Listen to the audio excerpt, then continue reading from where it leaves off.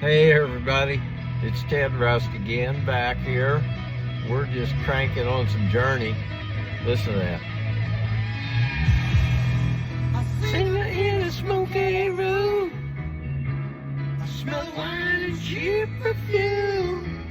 You remember that? That's back in the 80s also, right? Boy, I can't remember the year on that one. I would say, well, I say 83 on that one.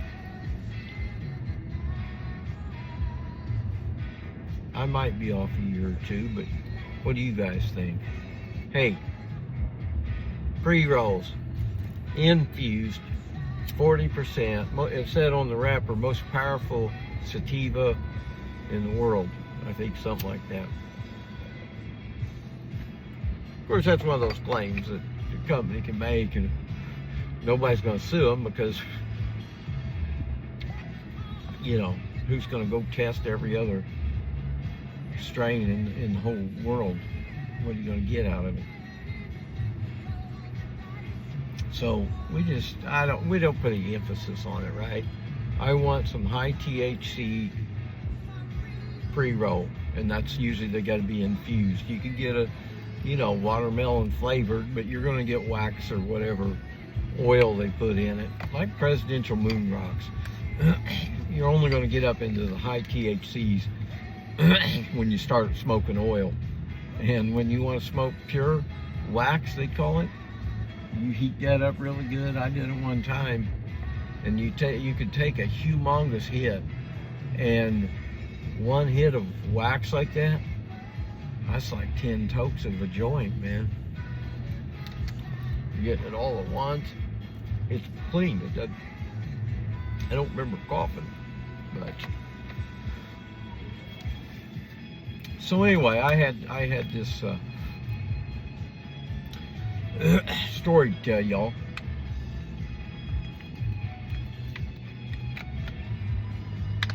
I don't use the word. I'm gonna turn Journey down just a bit. We're not gonna stop believing. I'm always an optimistic, enthusiastic guy. So anyway, oh yeah, well that comes into the story too. That's the kind of guy I am. So I saw this thing online advertised, you know, this Eventbrite. You know, you can, when you set up a meeting, and then you put it out across this, and then a guy like me could say, I want to see what meetings I could go to, you know, and there you go. You know, there's a tennis get together at these courts at this park at this time and this day, and you know, I'm not into tennis, but I went through the list and I found this what do you call it, maybe a discussion group is what I'd call it, and they're talking about world peace. That's what they're going to talk about that night. So we got in there and listened to them talk a little bit, and then they went around the table and asked everybody what their opinion is on all this. Most people just, you know, yeah, we need to, you know, get world peace and blah, blah, blah. I mean, of course, who is there anybody that doesn't want world peace other than the people that are making a lot of money off of keeping the chaos going? Is there any normal citizenry who would want to be at war all the time? No. That's why I'm always a big believer in what they call direct democracy. That means if we're going to go to war, it's no longer the Congress. It's the president requests it, the Congress approves it, and now the Congress has to put it before the people. And the people could say, no, fuck no, you bunch of idiots. So anyways, what I was saying, I went to this conversation about world peace. And when they came to me, I started talking about politics. And I said, well, the biggest problem, the biggest impediment to world peace is American politics. As in, we've got two parties that both like war. We like destroying countries so that we can flush out all the cheap labor, you know, bring them in here and have them work like slaves. And It's my opinion. And well, and he stopped me. As soon as I started talking politics and two parties, he said, "Oh yeah, Ted, we don't, one rule in this group, we don't discuss politics." And I said, "Oh, you got to be joking. You're going to talk about world peace and you won't talk politics?" I said, "How's that working?" I said, "That's exactly what we got going in this government right now. Our government is so corrupt, crooked, and they're out there bombing everything around just to make a little money for Lockheed, and you don't want to talk about it." I said, "Well, who do you work for, dude?" Anyway, we went ahead and I listened to him for a little bit. Had lost a lot of respect for him because of that. And then the final straw was, it turns out this is kind of a little bit of a religious group or something, and it was saying it wasn't. It was built on, this is like a non-religious conversation. Well, he got around to this talking about pornography and whatnot, and he's like it's an addiction and blah blah blah, and it's a terrible affliction on society, and he started really was ripping on masturbating. So I said, "Dude," I said, can I bring something up about masturbation?" I said, "Look, guys my age, we started out on the Sears catalog in the bra section, okay? And if you're lucky, you could see the little bit of an outline of a nipple on some of the bras. Not all of them, but some of them." I said, "Nowadays, man, you got it so categorized. If you want to see an Asian midget female getting fucked by a full-size donkey on a tropical island, you could Google that, and that's what you're going to see. In fact, you're going to find 10 female midgets or small people, whatever they call themselves now, and you're going to see 10 of them all categorized." And I told this guy, I said, "Don't take away men's enjoyment, because I mean, this porn is what you're calling an addiction is I'm calling something that's healthy. I mean, it's healthier to go to a massage parlor, but not all the guys can afford that. We probably need to roll that into Medicare.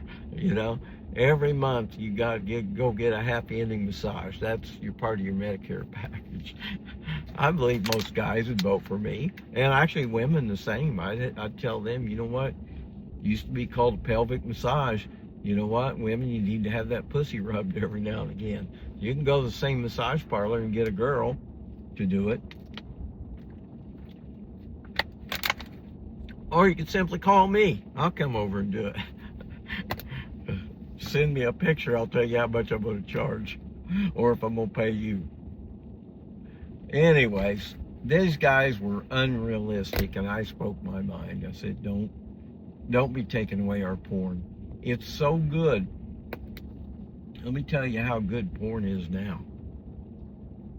It's so good that it's probably having an impact on the massage parlors, because again, we were just pictures, pretty much like when the internet first came out. You weren't running videos, the best I could remember.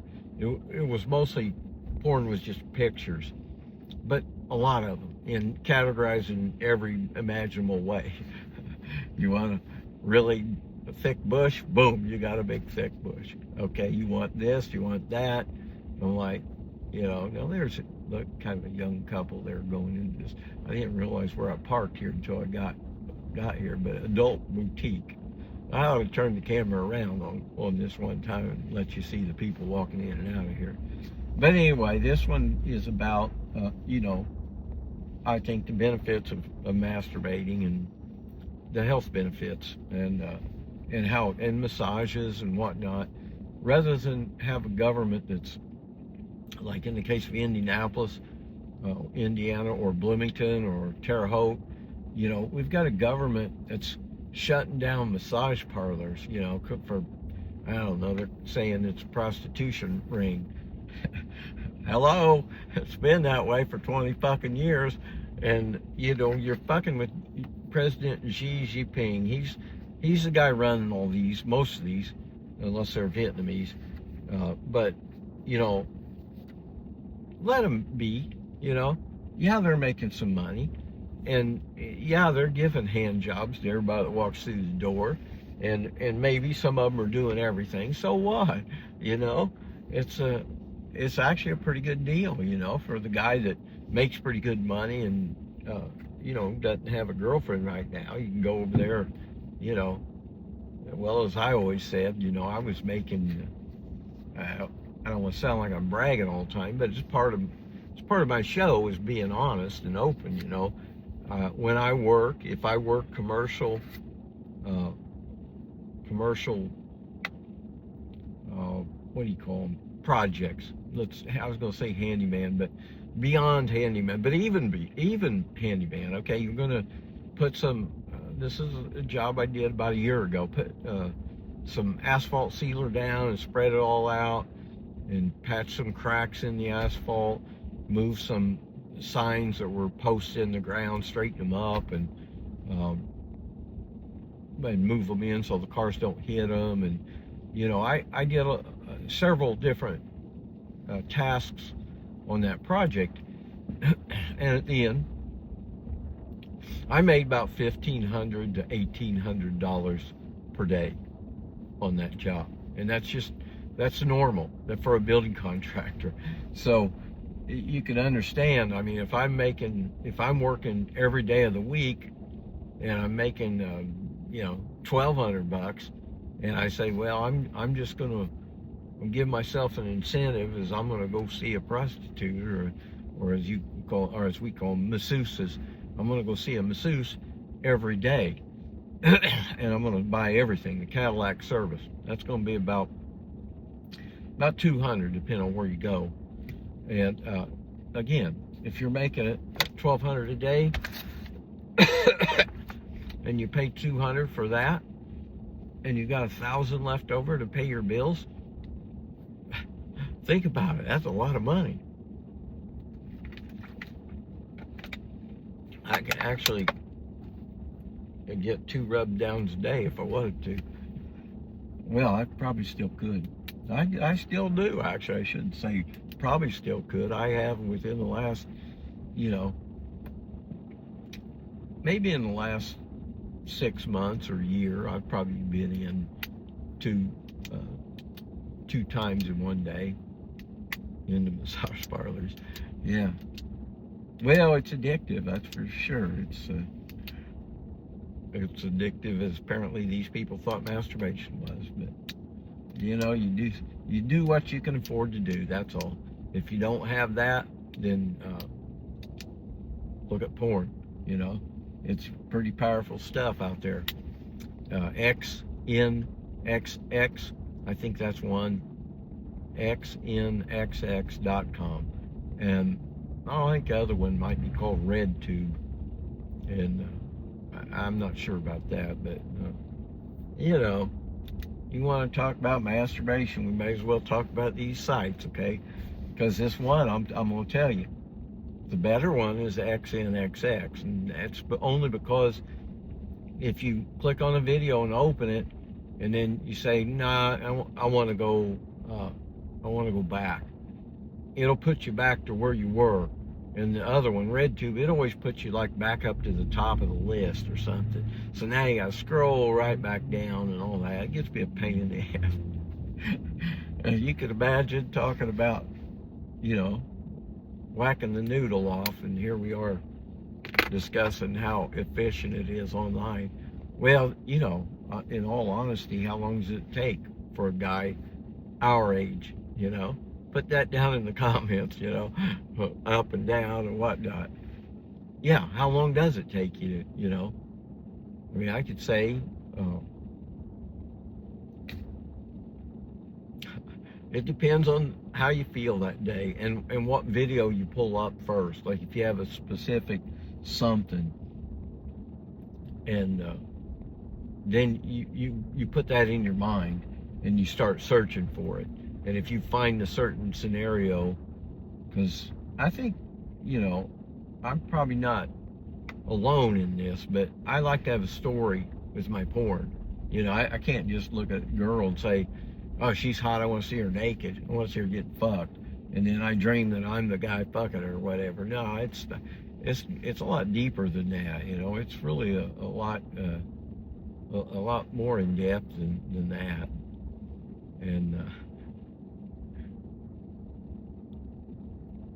yeah, we need to start doing an episode on this. Guys and masturbation. How many times do you do it per day? How old are you? How many times per day? Because, you know, some guys out there might be laughing at me, but I mean, assuming a guy's alone at his own place, he knows nobody's going to walk in on him, and he can just get down to business, okay? I'd say most guys, even up to, well, I don't know. I bet there's guys up in their 70s and 80s still cracking it off, and those guys are really happy because at least our Sears catalog had color. Those guys older than us, they didn't even have colored catalogs back then. You know, it was a whole different ball game, and it was, you know, TV even. You know, we were raised at least on color TV, and we had, well, like some of the good shows were. Well, before I was 18, you know, you stay up at midnight and you watch, what was that called? Yeah, the Midnight Special, that's what it was. And I can remember seeing Blondie on there. When I met you in the restaurant. And I thought, man, she was about 1980, and she was just hotter than a firecracker. And old. By rock and roll standards, you know, Debbie Harry was like, I want to say she might have been 35 years old at that time, and that's pretty amazing. Anyways, I'm gonna be getting off here in a minute, and I'll be getting back with you. I think we'll do this series on, you know, men and masturbation. We'll do another show on this. I think it should grab people's attention. So let me get it put online, and we'll talk more about having a good yank, okay? God bless you, and happy yanking.